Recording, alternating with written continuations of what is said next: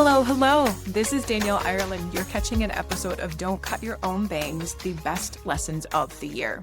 All December long, that I'm going to be revisiting conversations and moments that really cracked something open or cracked me up, made me look at something differently, or I had the thought that is the thing I needed to hear again. Because the truth is, as so often is the case, the best lessons bear repeating. And this week's episode is going to be a mashup of two really powerful threads. What it really looks like to learn in real time, and the courage it takes to say a brave and wholehearted no when something isn't working anymore. We're bringing highlights from my conversation with CityMom's founder, Jeanine Bobenmoyer, a woman whose story holds a perfect blend of humor, grit, and honesty and self-trust. And a solo cast moment on what the learning process actually looks like when you are in the middle of a huge mess. This episode is warm. It's real, and it's an invitation to trust yourself more deeply, especially during a season that's filled with a lot of noise, expectation, and emotional overload. Let's jump in. As we find ourselves in the holiday season, I've been thinking a lot about meaningful gifts, the kind that help us slow down, reflect, connect with ourselves and the people we love. If you're looking for something special, I've created two resources that come straight from my heart and my therapy practice. The first is called the Treasured Journal.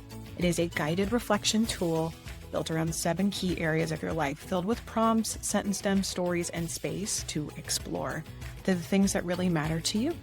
It's a beautiful way to reset, especially as we're heading into our new year. For the little ones in your life, or maybe grown-ups who are helping them navigate their emotions, there's also my children's book, Wrestling a Walrus for Little People with Big Feelings. It is a sweet story about a small penguin, a big obstacle, and the power of meeting our feelings with kindness instead of fear. Both make wonderful holiday gifts for friends, family, or for yourself. Because calm, curiosity, and connection are gifts we all deserve. You can find both the Treasure Journal and Wrestling a Walrus in the links in the show notes or on my website, danielleireland.com. First, we're going to kick off with some clips from the solo cast, what it feels like to be learning in real time. And the theme is the middle is messy because it is messy. And it does not mean if you are in your mess, it doesn't mean you're doing it wrong. It just means, oh, this is where I am. I'm in the middle of the shitstorm. To kick us off, I want to revisit some truths from the solo cast. And in this episode, I am talking specifically through my experience with tech sweat, as I so lovingly call it when I approach new technology, self-doubt, spirals of frustration, and ultimately learning how to see growth as a process and not a pass-fail moment. Here's the clip. And the other thing I wanted to do was reintroduce the intention and the concept of this podcast, which is to make big feelings feel less scary and more approachable, interpreting the information of our emotions to help guide us into making the next right step for ourselves. Shrinking the gap between knowing what we feel and knowing what we want to do with that feeling is where a lot of tension lives. So I want to help shrink that gap. And then I want to do it in a way that helps us feel light and maybe even have some knowing laughter in the face of our big feelings. Because when we are met with truth, there's an opening and expanding, clarity, and sometimes there are tears, which I think can keep people maybe stuck from looking because we don't want to cry, which I get. But the other thing I wish everyone could experience is the deep, profound belly laugh that happens in therapy sessions, in treatment rooms, in group therapy, in addiction groups, in the profoundly just meaningful, vulnerable conversations between friends. The feelings we so often run from are the birthplace of a deeper, more meaningful connection, and so much laughter and joy. And that's the hope here. I want to offer a couple of stories, a couple of key takeaways, and then we're all going to go on with our day. The process of learning. The process of learning is always the same. The process of learning is always the same. And I'm saying this multiple times for myself as much as anyone else, because it seems, particularly for me, when it comes to technology, I have a story about myself in approaching tech. This isn't about unpacking the story or worrying about where the story comes from. That can be another podcast for another time. But today, it is about looking at the process of learning. It is always the same. It is often uncomfortable. And I have a story about a client who has gone through, in her own way, a similar iteration with my tech story with relationships. And it's different experiences, but the lesson and the through line of what it really means to learn something new about yourself and carry that information forward. The process of learning starts with a question, a problem, or an obstacle. The question of, how do I figure this thing out? In my case, I have been converting my podcast to video. Very exciting. Hello, if you're watching, thanks for watching. Converting the podcast to video has added many layers of new technology. And excerpt cut to me excessively sweating in a corner, thinking about how in the hell am I going to figure this out? How do I do that? How is a great question. Not why can't I figure this out? Why isn't this working? Why does this always happen to me? But once I'm in the process of learning, it almost always starts with a what if. What if this were possible? How could I make it possible? What do I need to do? Just side note, it still looks like amateur hour in comparison to people who have been doing this for a really long time. But I'm also super proud of myself. Both things can be true. I can be an amateur and a novice, which I am in many ways. And I can also be really proud of what I've learned so far, which has been a fuck ton. I have something that's much closer to what I wanted the end product to be. And I figured out actually some really cool functions within the software that I use called Descript to try to record my video podcasts. So the process of learning is always the same, only always the same, forever. It starts with a problem, an obstacle, a need. Then it leads to a question, a form of curiosity. How would I approach this? How could I figure this out? What if I was able to do this? Is it possible for me to do this? And then I go through the process. The next step after the question is where 90% of the discomfort lives. Because you're actually muscling through something brand new that you've never done before. It took forever. And then the other was, I know a lot now.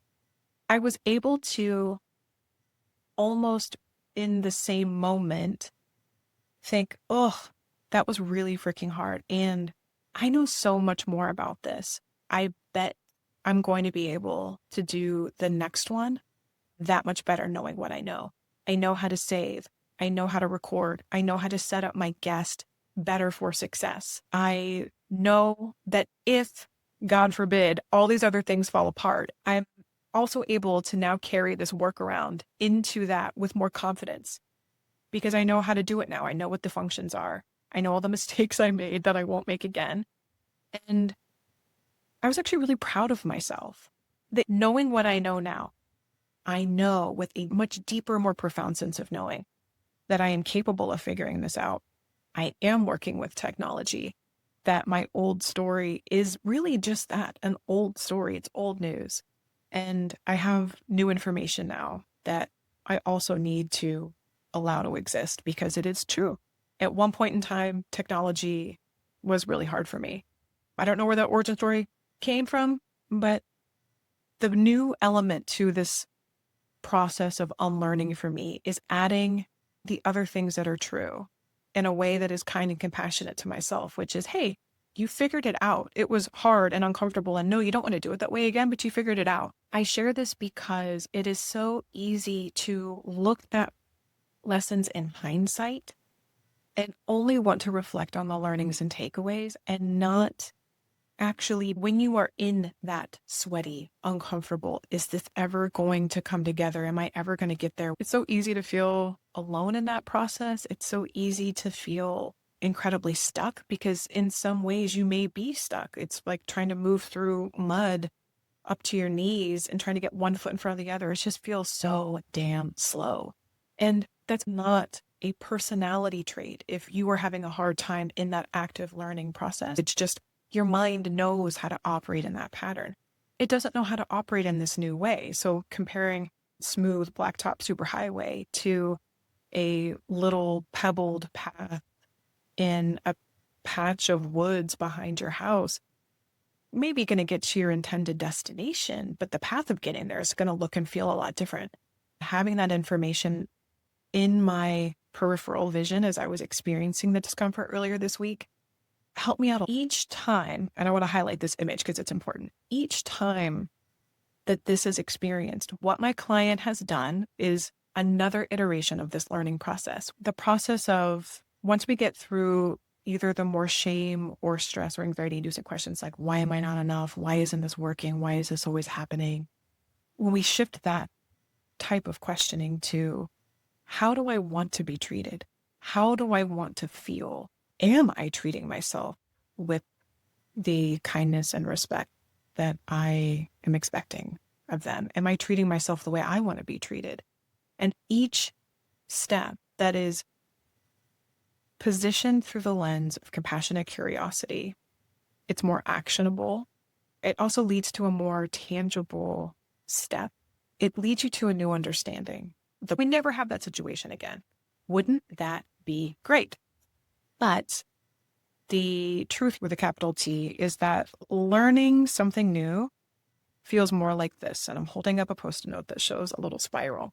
Each time we go through the same situation again, or the same learning again, for me, it's every time I'm approaching a new piece of technology. In my client's case, we're reflecting on a romantic relationship.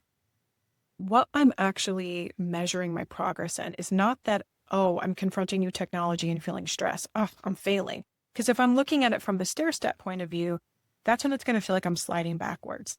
But from the lens of the spiral, each time I go deeper into the spiral, I am able to make the connection sooner, having the feeling of discomfort and knowing what to do with that feeling of discomfort. And in this case, again, if you're not watching on YouTube, I'm holding my hands together. And so each iteration of the spiral, my hands are getting closer and closer together. That gap is getting smaller. And my client had this experience today. At the end of a relationship with someone they love and loved dearly, the love doesn't just go away. They realized with this new profound sense of clarity and confidence that this relationship was progress by every standard of where they had been before. How do I want to be treated? How do I want to feel? What if I treated myself with the same respect that I'm wanting this other person to treat me? Moved them forward with new information. The relationship ending, while hard, because it always is, it's never easy. The relationship ending was a beautiful and tender goodbye. Whatever that outcome is, I don't know. I'm not there yet because I'm in this part of the process. But knowing that that's all this is gives me a sense of relief, because what my fear is often telling me is that my pain and discomfort are permanent. This will always be hard. This will never get easier. This will never work out. And remembering, okay, this discomfort is very real and it is a part of a larger process that's going to lead me to something new. Your old stories, they may always be a part of you a little bit. Oh, there's that old story coming up. There it is. And I'm feeling the discomfort of that. But ask yourself some other questions like, is it true? Is it really true? Is it the same as it was last time? Is it exactly the same? How is it a little different? Those compassionate questions. How and what? What if this worked out? What could I do with this information? How is this maybe working for my benefit? How is this serving me? How can this help me in the future? Learning is rarely graceful, and it doesn't always look packaged nice or clean, which is often why I can find myself feeling frustrated looking at before and after photos because, well, yeah, I don't want the before anymore. And yeah, the after sounds great, but every single step in between didn't look like the after. And so how do you keep going? And what does that process look like? That was what I was hoping to capture in this episode. What you heard wasn't just about technology, but it was also about identity.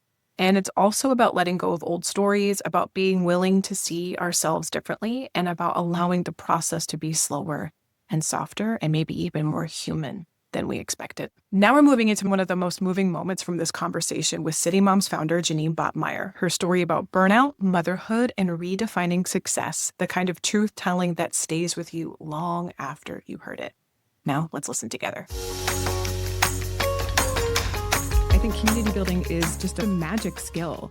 And so I want to go back to the early days of City. You have some language on your site that I love. You need a village, we have it. Yeah. I was thinking that we don't need super women, we need supported women. I've also learned that what we offer others usually starts with the healing we need. And so you're a mom of teens now. So Yeah.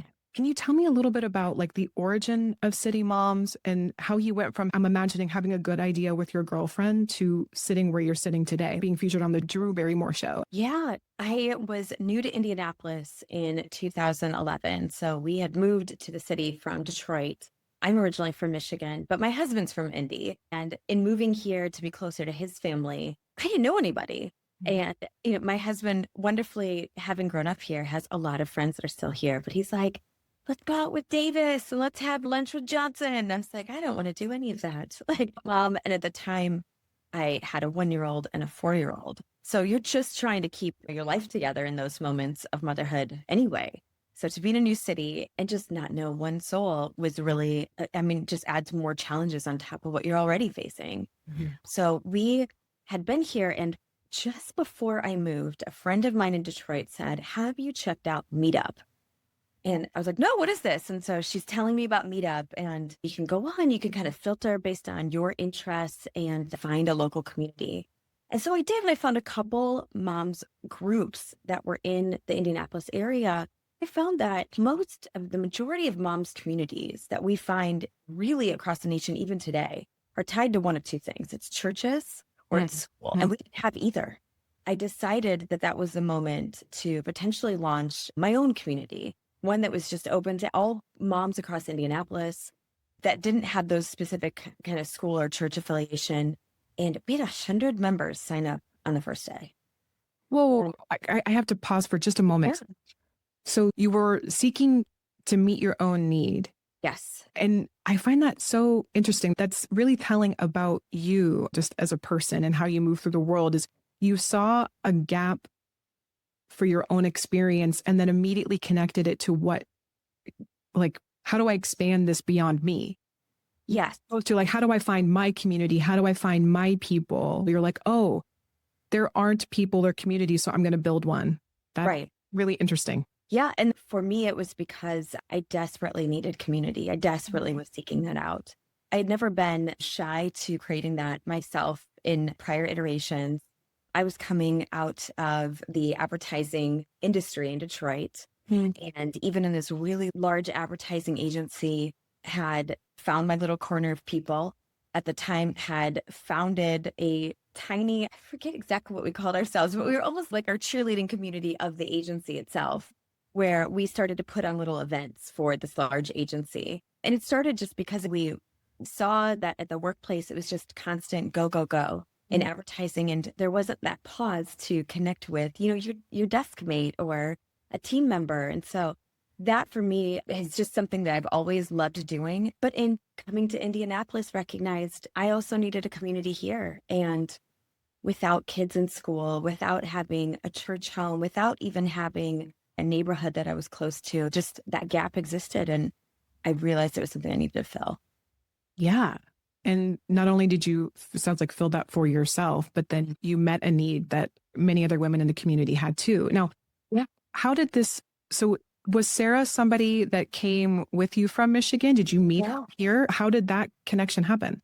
Yeah, so Sarah, my business partner and one of my dearest, I actually met her. We've known each other 7 years now.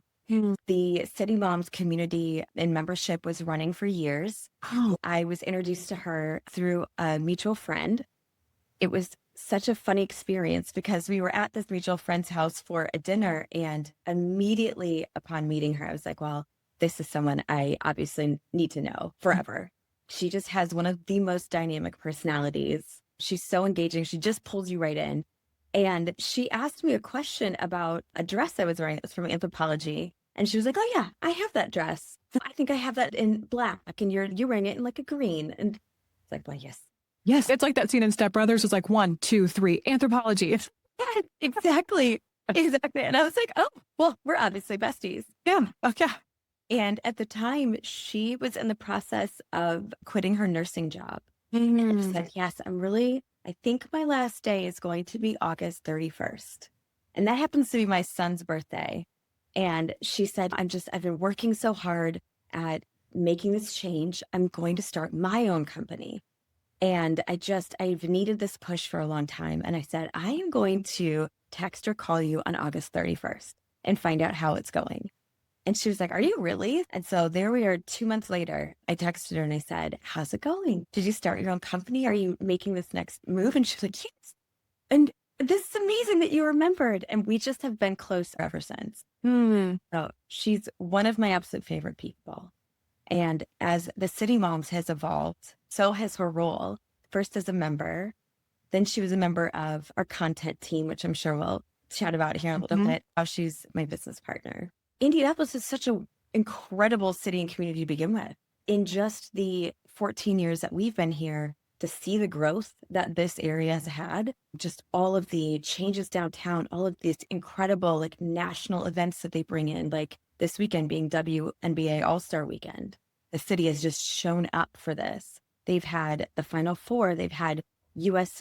Olympics pre-swim trials. This city knows how to put on a really incredible display on a national level. You know what you're making me think about is, so in the work I do in therapy, particularly when I'm working with someone on their relationship, that the longer you've been with someone, and you insert really any topic, a job, a place you live, in this case, a relationship, it's easy to take for granted what you think about them, and you lose access to maybe the curiosity and the wonder that allows you to continue to discover. I have lived in Indianapolis my entire life. You mentioned living here 14 years. But when I was preparing for this interview and seeing all the places that you're highlighting, there are places I have never been, and I've been here my whole entire life. Just because I think I know, like, this is where I live. Of course I know.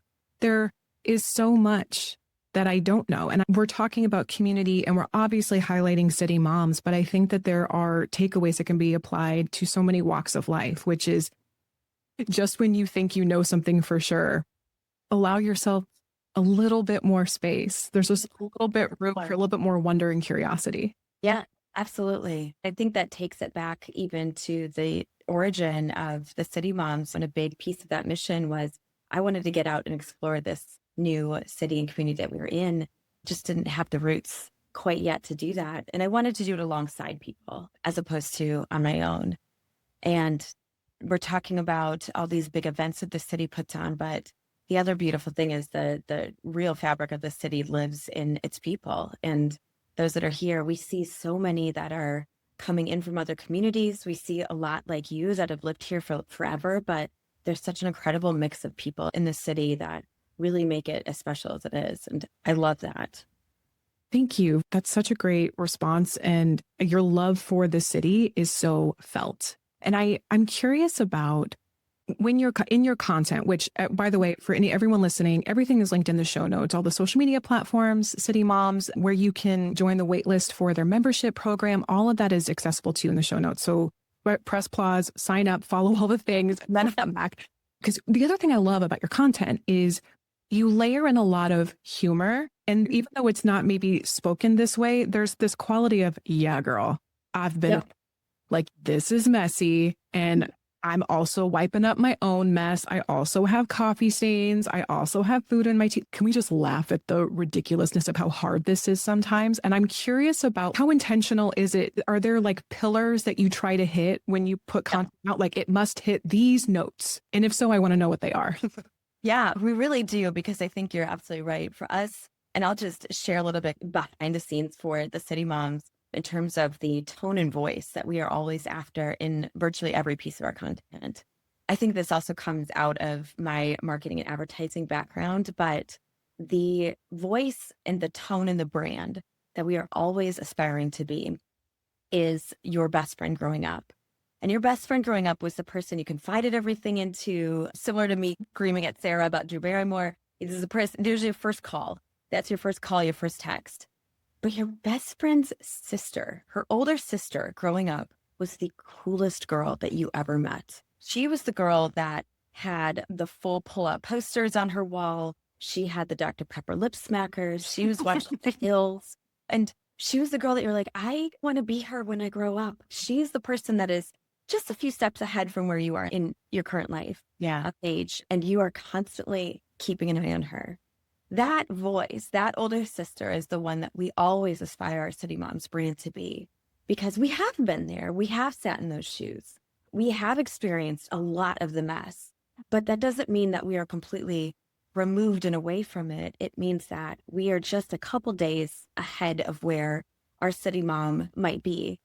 And all of our content will always ladder into that voice to say, yeah, we know it sucks because we've been there. That to be able to have kind of those humorous moments, I think is really critical to making sure that we're connecting with our City Mom followers and prospective members too. That type of humor makes you feel seen. Yes. It helps you feel seen. And I think especially someone who like will grab the shovel and help dig into like the pits of experience with clients, having the levity. If there was ever a myth I wish I could bust about therapy and community, and whether it's group or a community like City Moms or any extension, when you find that type of connection, yes, you can have, like with a best friend or a best friend's older sister, you can have those moments where maybe a tear or two are shed.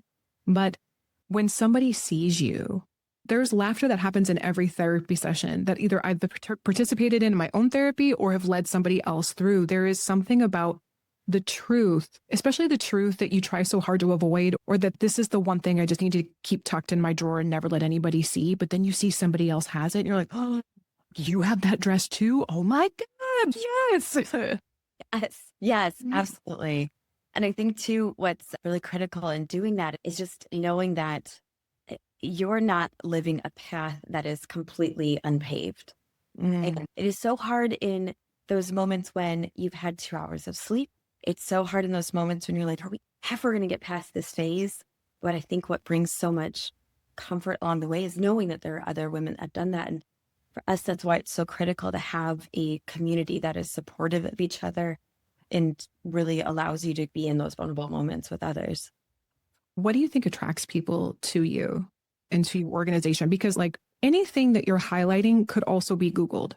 Yeah. But there's a way that you offer it and there's a way that you present it that it simplifies, it's reliable.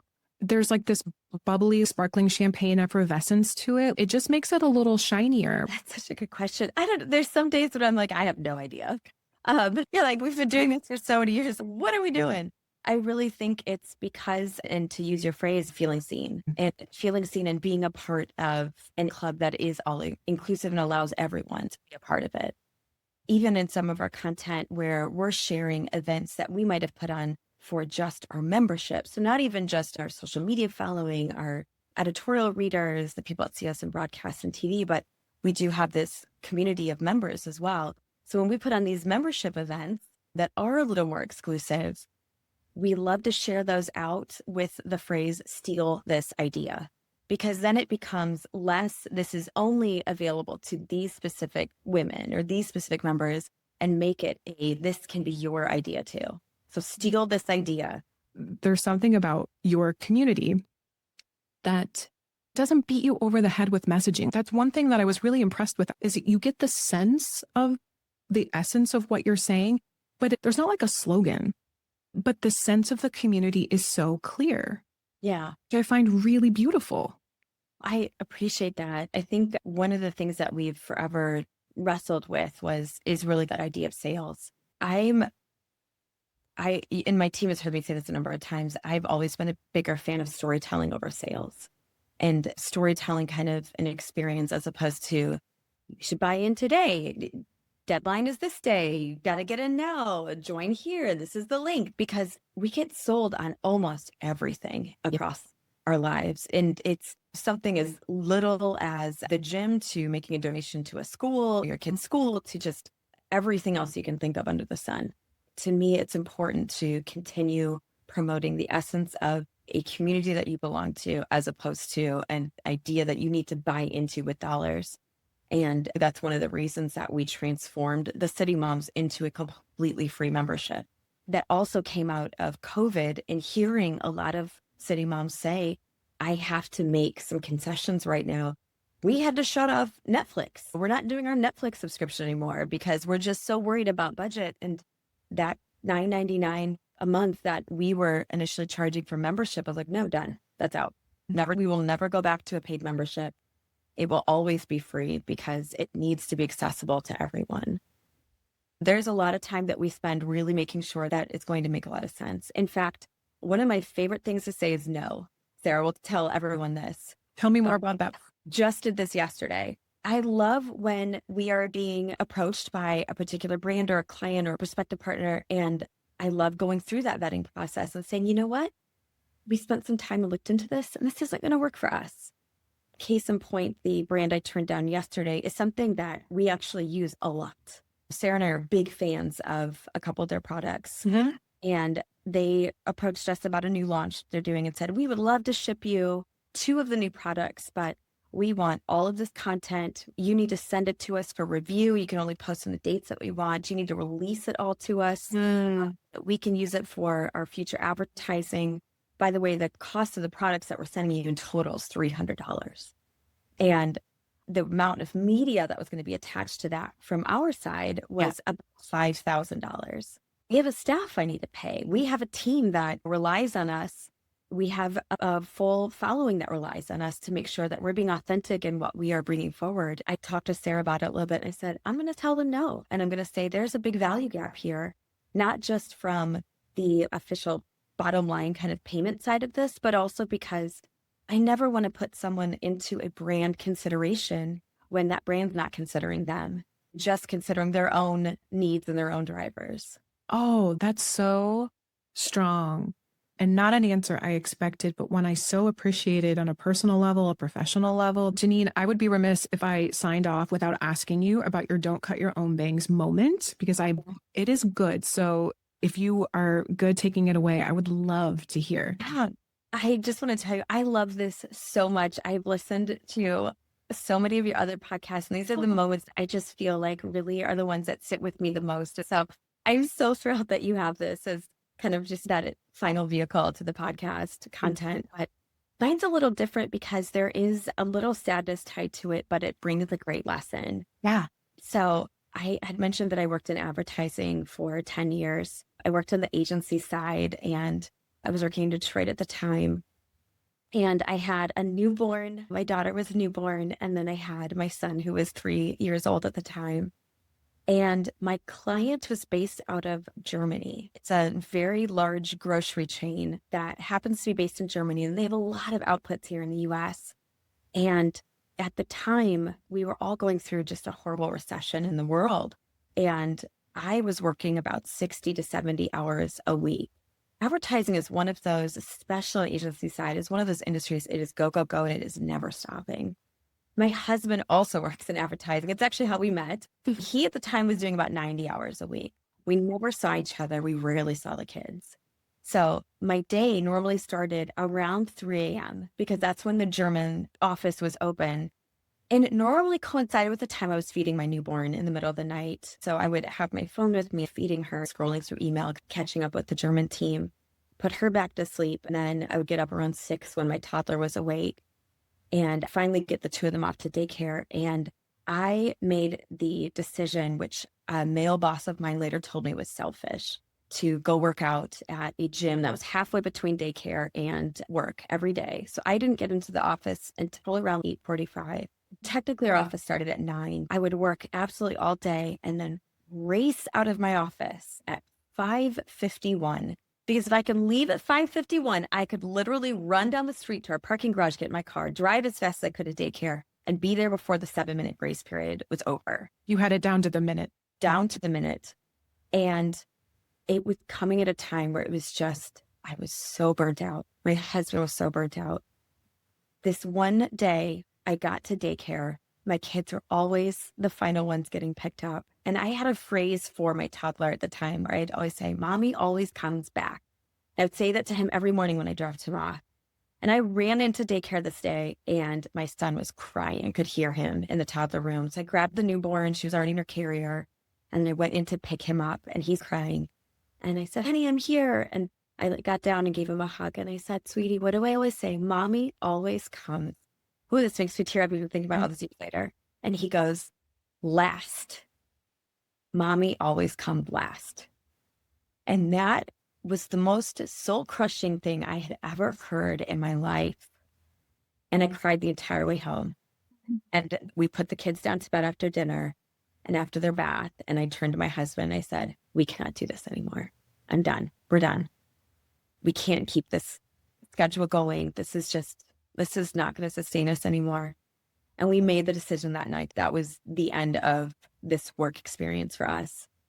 And we immediately put resumes and feelers out. And that is what made the transition to Indianapolis possible. It took months, but we eventually found ourselves here. And it was the best decision that we ever made. And what it all came down to was, in my don't cut your own bangs moment, was it is okay to say no. It is okay to take that stop. And is it okay to invest in yourself and your family if that's what really matters to you? I think maybe that's what the critical note is. It's okay to invest what matters to you. To me, that has always been the moment that I have seen as a turning point and has really been probably the most critical thing for me. Thank you so much for that story. That my whole body, just waves and waves went through with that. And when you said it earlier in the interview, but I can really feel the truth of that in a different way. Jeanine's story is such a powerful reminder that no is spoken from truth is actually a yes to something else, and it's often yourself. Listening to your needs is not selfish, it's wisdom. And lastly, sometimes the moment that breaks you open is also the moment that sets you free.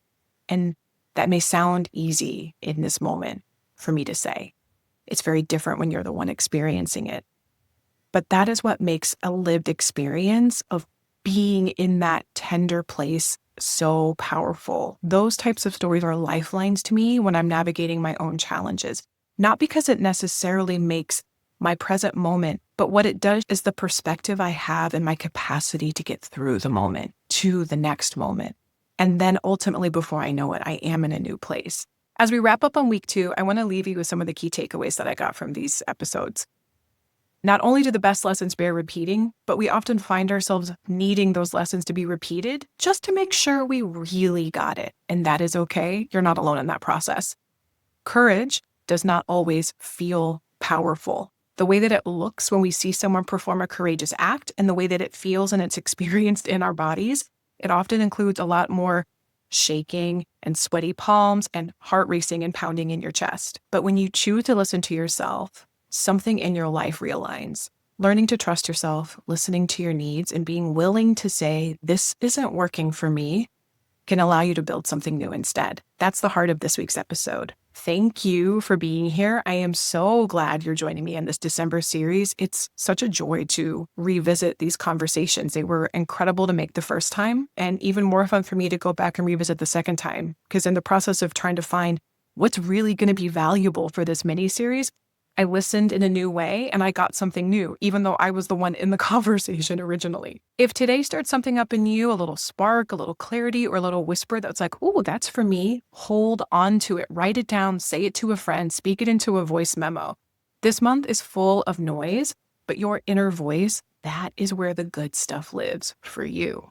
If you've loved this episode, please remember to rate, review, and subscribe to the podcast. It makes such a difference. It helps the podcast find a new audience, and it helps people find this content that need it most. Everything we mentioned today, ways to stay connected, ways to connect with City Moms, ways to send your questions in for future solo casts are all linked for you in the show notes. Thank you for listening. I am truly grateful for you. And as always, I hope that you continue to have an incredible day.